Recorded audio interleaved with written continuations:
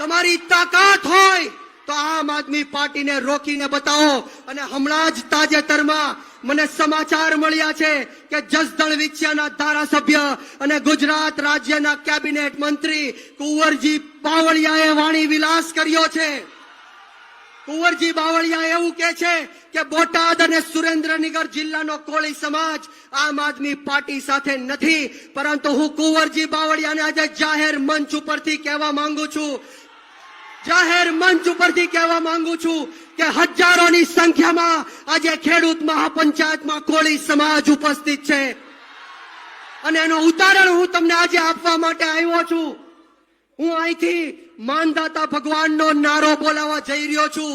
તમારે મુઠ્ઠી વાળી અને તાકાતથી આ નારો બોલવાનો છે। બોલો પૃથ્વીપતિ સમ્રાટ માનદાતા મહારાજની।